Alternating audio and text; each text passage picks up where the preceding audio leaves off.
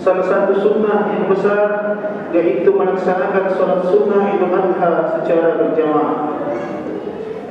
Salawat dan salam marilah telah kita curahkan dan kita kirimkan kepada sebaik-baik makhluk, yaitu Rasulullah Muhammad sallallahu alaihi wasallam, Nabi yang telah diutus oleh Allah ke muka bumi ini sebagai rahmatan lil alamin. Jemaah salat Idul Adha yang dimuliakan oleh Allah Subhanahu wa taala. Adapun susunan acara pelaksanaan salat sunnah Idul Adha Masjid Nurul Istiqamah 1443 Hijriah.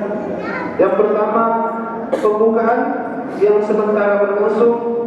Yang kedua, laporan Ketua Panitia Hari Raya Idul Adha. Dalam hal ini Bapak Haji Muhammad Daftar SD. Yang kedua, yang selanjutnya penyampaian tata cara sholat sunnah Idul Adha yang akan dihantarkan oleh MC sendiri. Yang ketiga, pelaksanaan sholat Idul Adha dan selanjutnya khutbah Idul Adha. Marilah kita melangkah ke acara yang kedua, yaitu laporan Ketua Panitia Hari Raya Idul Adha. Dalam hal ini Bapak Haji Muhammad Daftar SD, kami persilakan dengan hormat.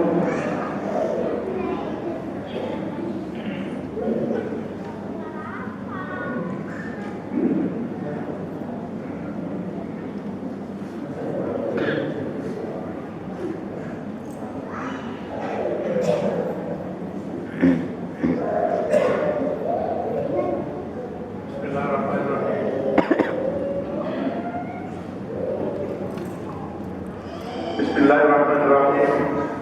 Assalamualaikum warahmatullahi wabarakatuh. Allahu Akbar, Allahu Akbar, Allahu Akbar. La ilaha illallah, wallahu akbar. Allahu Akbar, walillahil hamd. Alhamdulillah, alhamdulillahirabbil alamin, wa bihi nasta'inu ala umuri dunya wa din. Asyhadu an la ilaha illallah wahdahu la syarika lah, wa asyhadu anna Muhammadan abduhu wa rasuluh. Bapak-bapak, ibu-ibu, jamaah Idul Adha yang insyaallah dimuliakan Allah. Alhamdulillah kita dapat hadir di tempat yang insyaallah penuh berkah ini guna melaksanakan salat Idul Adha secara berjamaah. Bapak-bapak, ibu-ibu yang sama berbahagia, perkenalkan saya selaku panitia Idul Adha menyampaikan beberapa hal. Yang pertama, tentang pelaksanaan salat Idul Adha 1443 Hijriah pada pagi hari ini. Yang akan bertindak sebagai hadis insyaallah adalah Bapak Ustaz Dr. Muhammad Al-Qadri Purga, SPDI MPD. Yang akan menjadi imam insyaallah adalah Bapak Usman SPDI. Semoga ibadah salat Idul Adha kita dapat berjalan lancar dan diterima oleh Allah Subhanahu wa taala. Yang kedua, pelaksanaan penyembelihan hewan kurban. Dapat kami laporkan bahwa jumlah hewan kurban yang akan disembelih di Masjid Nurul Istiqamah ini sesuai dengan amanah yang diberikan oleh jamaah kepada panitia adalah 26 ekor sapi yang akan kita laksanakan setelah pelaksanaan salat Idul Adha.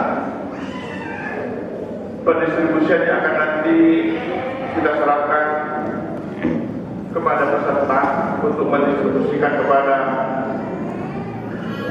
warga yang dinilai berhak.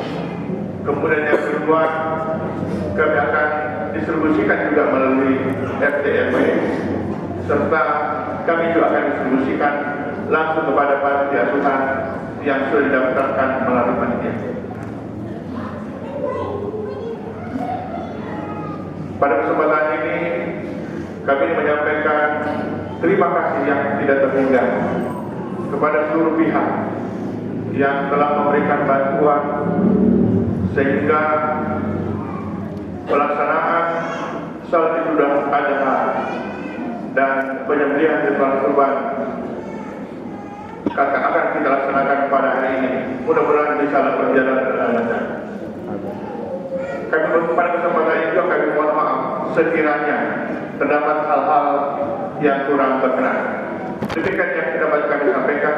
Hadanallahu wa iyyakum ajma'in. Assalamualaikum warahmatullahi wabarakatuh.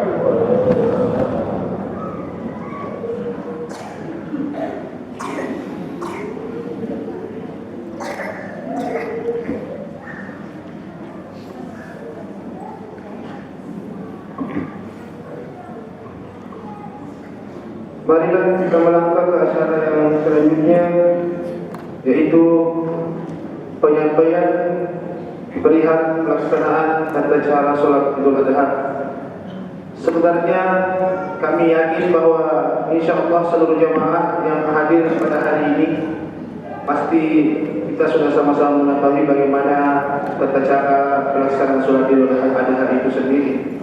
Namun kami kembali saling menasihati dan mengingatkan, siapa tahu kita ada yang lupa, supaya kita sama-sama mengingatkan, bukan berarti kami yang paling mengetahui. Salat Idul Adha terdiri dari 2 rakaat.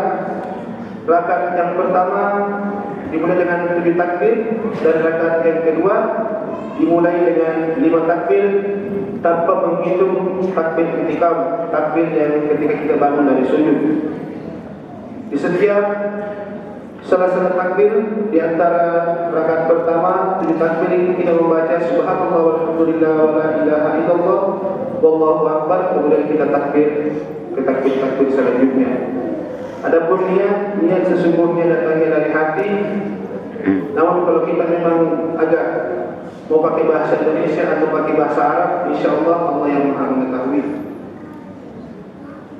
Kemudian setelah melaksanakan sholat Idul Adha, langsung dilanjutkan dengan khutbah Idul Adha. Ini yang terpenting dan kadang menjadi kendala bagi kita semua. Kita kadang tidak merangkaikan sholat sunnah Idul Adha itu atau sholat sunnah Idul Fitri. Kita tidak merangkaikan bahwa itu adalah satu hukum yang harus dilaksanakan. Saya harapkan ketika khutbah dimulai, meskipun sudah terbit matahari naik, jangan pernah kita lalai daripada mendengarkan, karena itu adalah salah satu hukumnya agar solat kita menjadi sah di sisi Allah Subhanahu wa taala. Karena terkadang ketika khutbah agak lama, kita sering mulai berbisik-bisik, mulai merasa panas dan mulai lari daripada mendengarkan khutbah. Disitulah kita mendapatkan kekurangan pahala dari sisi Allah Subhanahu wa taala. Marilah jemaah salat Idul Adha yang dimuliakan oleh Allah Subhanahu wa taala, kita sama-sama berdiri untuk melaksanakan salat sunnah Idul Adha. As-salatu sunnatu Idul Adha raka'ataini jami'atan rahimakumullah.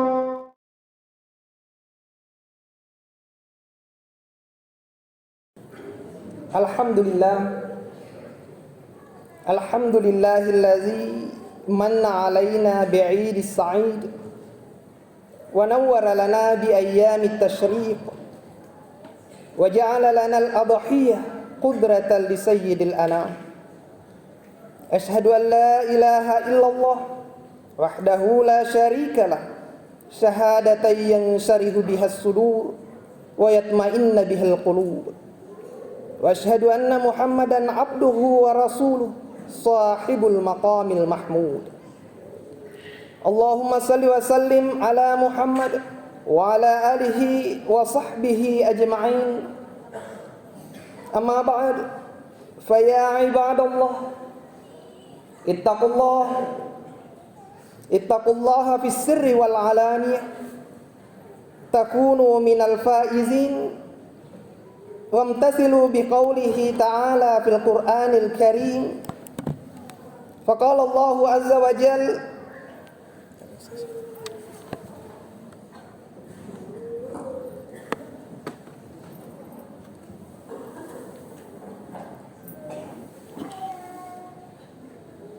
فقال الله عز وجل يا بني إني أرى في المنام أني أذبحك فانظر ماذا ترى. صدق الله العظيم وبلغ رسوله الكريم ونحن على ذلك من الشاهدين والذاكرين. Ma'asyiral muslimin, jamaah salat Idul Adha yang insyaallah senantiasa dirahmati Allah. Alhamdulillah wa syukurillah, tak henti-hentinya kita menyembah dan memuji Allah Subhanahu wa ta'ala.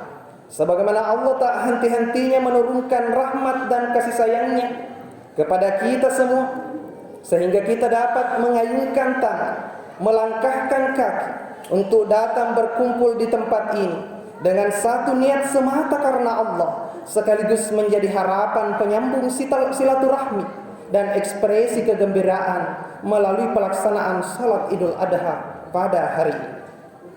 Salawat dan salam dihaturkan kepada baginda Rasulullah Muhammad sallallahu alaihi wasallam, Nabi sebagai rahmatan lil alamin, sehingga menjadi sebab kita semua mengikuti agama yang dibawanya, agama yang tak runtuh sebagai pegangan, tak roboh sebagai tempat berpijak, dan tak mengecewakan sebagai jalan harapan. Itulah agama Islam, penyelamat kita dari gelapnya dunia tempat segala ujian, dunia yang hanya memperlihatkan fata morgana kenikmatan dan mengkhianati harapan.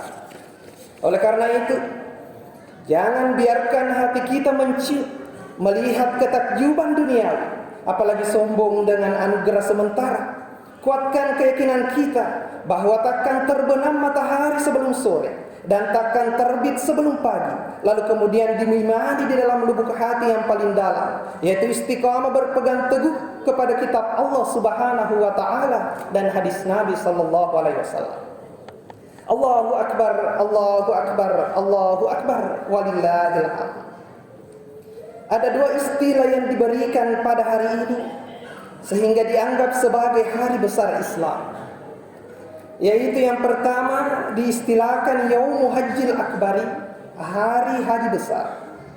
Karena pada hari ini jutaan umat muslim berkumpul di padang Arafah untuk melaksanakan wukuf sebagai salah satu rukun haji. Para jamaah haji itu berdatangan dari berbagai bangsa, dari berbagai suku, beragam bahasa, beragam budaya. Semua berkumpul di padang Arafah dengan pakaian ihramnya, pakaian putih tanpa dijahit, seolah merepresentasikan hari kebangkitan di Yaumul Mahsyar kelak. Oleh karena itu, marilah kita mendoakan keselamatan keluarga kita, saudara muslim kita yang saat ini melaksanakan ibadah haji. Semoga mereka semua dimudahkan dan diberi kekhusyuan dalam ibadahnya, serta selamat sampai kembali kampung halamannya, kembali ke rumahnya masing-masing dengan menyandang haji mabrur. Al-hajjul mabrur laisa lahu jazaa'un illal jannah. Haji mabrur tidak ada balasannya kecuali surga. Selanjutnya yang kedua diistilahkan Yaumul Idul Adha, hari raya kurban. Karena pada hari ini kita semua mengekspresikan ketundukan dan kerendahan kita di hadapan Allah dengan melaksanakan salat Idul Adha, lalu melakukan penyembelihan hewan kurban setelahnya. Allah berpesan kepada kita bahwa inna a'tainakal kautsar fasholli lirabbika wanhar. Sungguh kami telah memberimu kebaikan yang sangat banyak, sehingga selayaknya engkau mendirikan salat dan berkurban. Allahu akbar, Allahu akbar, Allahu akbar, walillahil hamd. Kembali kita merefresh ingatan kita mengenai sejarah Nabi Ibrahim ketika diuji oleh Allah Subhanahu wa ta'ala dengan perintah menyembelih anaknya yang bernama Ismail alaihissalam. Dalam Quran surah As-Saffat ayat 100 sampai 108. Menurut Imam Al-Qurtubi dalam kitab tafsirnya, saat itu Nabi Ibrahim sudah berumur 83 tahun, namun belum juga dikaruniai anak, hingga merasa galau. Jadi istilah galau ini adalah istilah supaya kita mudah pahami saja, karena tidak mungkin Nabi galau, harapannya belum terrealisasi. Jadi galau memikirkan bahwa sekiranya dia nanti telah tiada, siapakah yang akan melanjutkan perjuangannya. Lalu dia kemudian berdoa, Rabbi habli minas salihin. Puan, tapi kedaleki ka kasih anak saleh. Ya Allah, anugerahkanlah kepada aku anak yang saleh. Akhirnya Allah mengijabah doa Ibrahim, fabasyarnahu bigulamin halim. Dia diberi kabar gembira dengan gulamun halim. Allah menugerahkan kepadanya putra yang bernama Ismail alaihissalam. Alangkah senangnya Ibrahim, karena Ismail adalah anak matururi parenta, anak maringkalinya ada, anak mencajia cayana matana buana atina. Jadi makin hari makin meningkat cinta dan sayangnya Ibrahim kepada Ismail. Karena selain anak satu-satunya waktu itu, dia juga anak yang gulamun halim. Apa itu gulamun halim? Anak transtelektual, bukan sekadar intelektual, tetapi transtelektual. Kalau intelektual mampu mendeskripsikan fakta, tetapi kalau transtelektual mampu melihat makna di balik fakta. Sehingga Ismail ini bukan sekadar penurut, tidak perlu disuruh, tetapi dia sudah tahu dan bahkan melakukan apa yang harus dia lakukan dengan hanya melihat keadaan orang di sekitarnya. Jamaah rahimakumullah. Ketika Ismail memasuki umur 12 tahun, Nabi Ibrahim mendengar dalam mimpinya bahwa, hai Ibrahim, laksanakan nazarmu. Perintah nazar itu muncul karena Ibrahim pernah berkurban ribuan hewan kurban dan mengungkapkan bahwa sekiranya saya punya anak dan Allah menghendakinya sebagai kurban, saya akan mengorbankannya. Galau lagi Ibrahim, dari mana mimpi ini? Apakah dari Allah atau tipu daya setan? Walhasil, karena mimpi yang sama terjadi selama 3 malam berturut-turut, akhirnya Ibrahim meyakini sepenuhnya bahwa ini adalah perintah Allah yang harus segera dilaksanakan.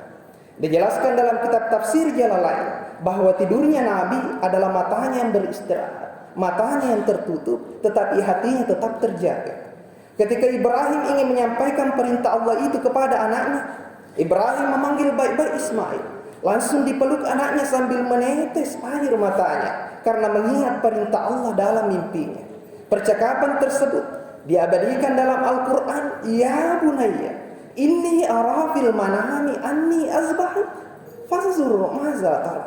Wahai anakku Ismail, saya melihat dalam mimpiku bahwa saya menyembelihmu. Bagaimana pendapatmu nak tentang mimpi itu? Tetapi Ismail sebagai anak yang taat dan penurut, sehingga Ismail tanpa pemikiran panjang, tak perlu kontemplasi mendalam, tidak kaget sedikit pun, dengan mantap dia menjawab, ya abati fa'al ma tu'mar, satajiduni insyaallahu minas sabirin. Wahai ayahku, laksanakanlah apa yang diperintahkan Allah kepadamu. Insya Allah kamu akan menemukanku termasuk orang-orang yang sabar. Jadi Ismail tidak mengatakan sembelilah saya, tapi dia menjawab, laksanakan perintah Allah, insya Allah saya termasuk orang yang sabar. Ini menunjukkan kesiapan Ismail untuk melaksanakan perintah Allah dalam bentuk apapun. Jawaban ini juga yang menenangkan hati kedua, karena ini adalah keinginannya Allah. Sementara secara psikologis, melaksanakan perintah orang yang dicintai, melaksanakan perintah yang dicintai, itu sangat menyenangkan dan menenangkan hati. Jamaah rahimakumullah. Ketika Ibrahim hendak membawa anaknya ke tempat penyembelihan, disampaikanlah kepada istrinya Siti Hajar agar menyiapkan baju yang paling bagus untuk dipakai Ismail. Kemudian mengambil pisau. Ketika sampai di tempat penyembelihan, datanglah iblis ingin menggodanya seraya berkata, ya Ibrahim, mengapa kamu hendak menyembelih anakku? Tidakkah kau perhatikan bagaimana baiknya wajahnya dan sifatnya? Ibrahim menjawab, sungguh sangat aku cintai anakku, tetapi masih jauh lebih tinggi cintaku kepada Tuhanku. Lalu iblis mendatangi istrinya, yaitu Siti Hajar, dan berkata, kenapa kamu tinggal duduk di situ? Tidakkah kau tahu kalau Ibrahim akan menyembelih anakmu Ismail? Siti Hajar menjawab, saya pun akan turut untuk disembelih sekiranya itu adalah perintah Allah. Lalu iblis kemudian mendatangi Ismail dan berkata, kenapa kamu tidak kaget dan lari, padahal ayahmu hendak menyembelihmu? Ismail menjawab, sami'na wa ata'na li amri rabbina. Ku dengar dan ku taati segala perintah Tuhan. Tetapi iblis masih selalu berusaha untuk menggodanya. Akhirnya Ismail melempar iblis dengan batu. Sekaligus peristiwa ini yang menjadi sebab diperintahkannya jamaah haji untuk melempar jumrah di Mina. Sebelum Ibrahim menyembelih anaknya, berpesanlah Ismail kepada ayahnya dengan beberapa pesan. Di antaranya, wahai ayahku, mohon ikatlah kedua tanganku agar saya tak memberontak ketika engkau menyembelihku, sehingga tidak menyakitimu. Wahai ayahku, hadapkanlah wajahku ke tanah agar engkau tak melihatnya, sehingga engkau kasihan melihatku. Wahai ayahku, gulung lengan bajumu agar tidak terpercik darahku. Jangan sampai nantinya engkau dan ibuku bersedih hati karena melihat darahku. Wahai ayahku, tajamkanlah pisaumu dan segerakanlah saat engkau menyembelihku, sehingga mudah di sisiku.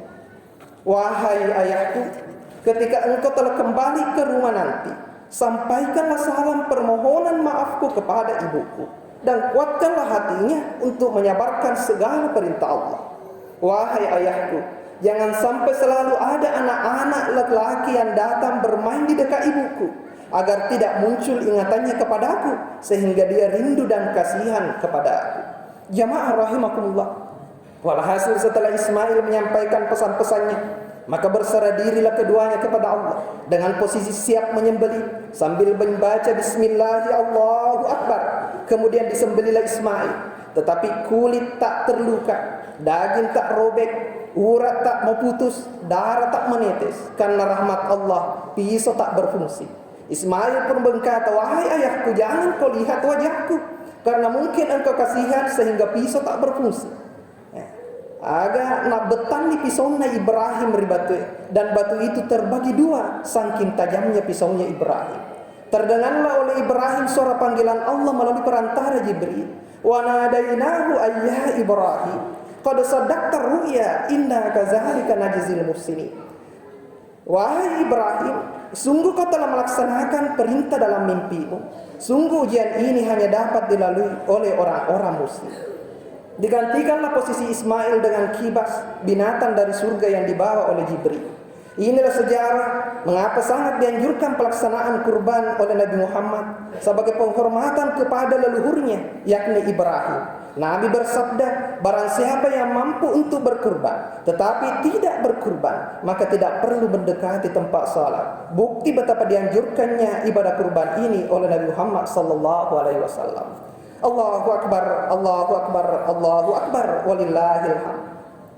Beberapa hikmah yang dapat dipetik dalam kisah tersebut diantara: yang pertama, janganlah berputus asa dari rahmat Allah, karena tidak ada yang tidak mungkin bagi Allah. Ibrahim meski belum dianugerahkan anak sampai umur yang tua, tapi harapannya tidak pernah putus kepada Allah.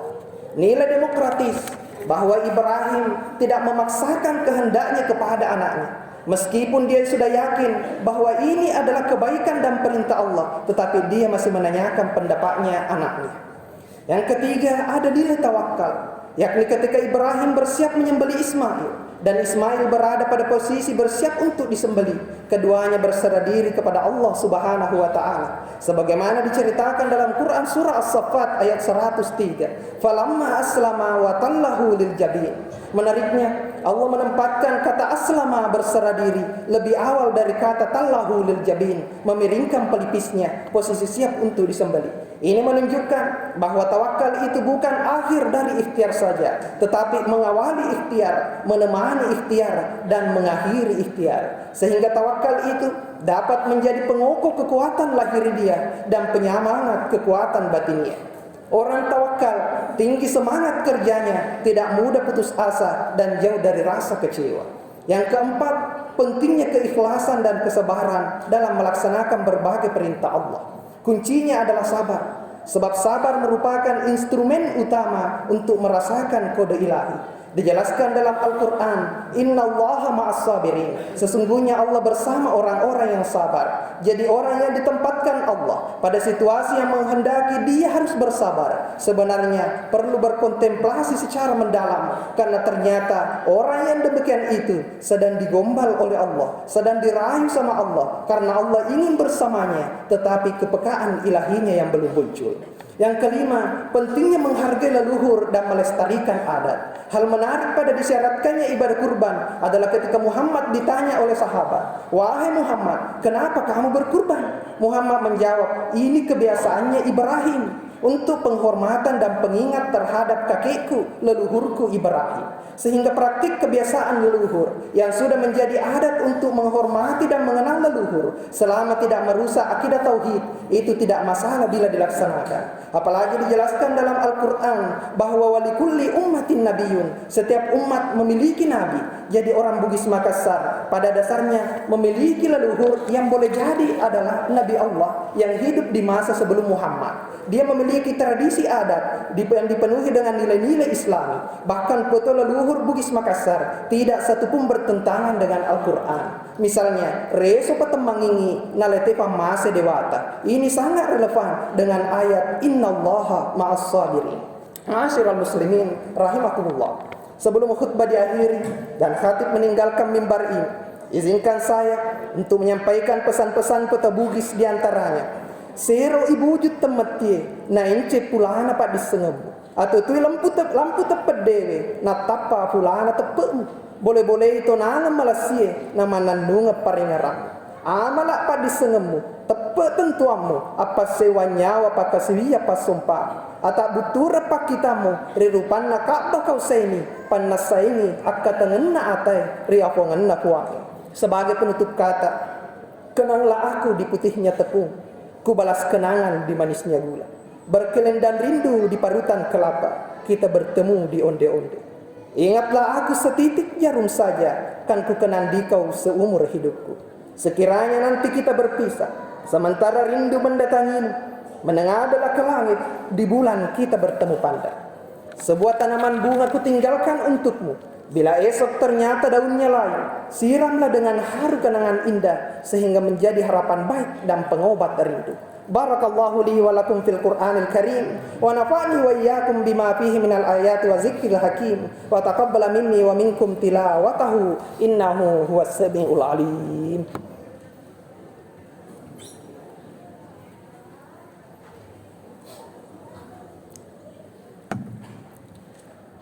Innal hamdalillah nahmaduhu wa nasta'inuhu wa nastaghfiruh wa na'udzu billahi min shururi anfusina wa min sayyiati a'malina may yahdihillahu fala mudilla lahu wa may yudlil fala hadiyalah. Asyhadu an la ilaha illallah wahdahu la syarika lah wa asyhadu anna Muhammadan abduhu wa rasuluh. Allahumma salli wa sallim ala sayyidina Muhammad wa ala alihi wa ashabihi ajma'in. Amma ba'd. Ya ayyuhallazina amanu ittaqullaha haqqa tuqatih wa la tamutunna illa wa antum muslimun. Innallaha wa malaikatahu yusalluna 'alan nabi ya ayyuhallazina amanu sallu 'alaihi wa sallimu taslima. Fa amin ya rabbal alamin. Allahumma ighfir lil mu'minina wal mu'minat wal muslimina wal muslimat al ahya'i minhum wal amwat. Innaka sami'un qaribun mujibud da'wat ya qadiyal hajat. Rabbana la tuzigh qulubana ba'da idh hadaitana wa hab lana min ladunka rahmah innaka antal wahhab. Rabbana atina fid dunya hasanah wa fil akhirati hasanah wa qina azaban nar. Ibadallah, innallaha ya'muru bil adli wal ihsan wa ita'izil qurba wa yanha 'anil fahsya'i wal munkar wal bagi ya'izukum la'allakum tazakkarun wa la zikrullahi akbar wallahu ya'lamu ma tasna'un. Wassalamu alaikum warahmatullahi wabarakatuh.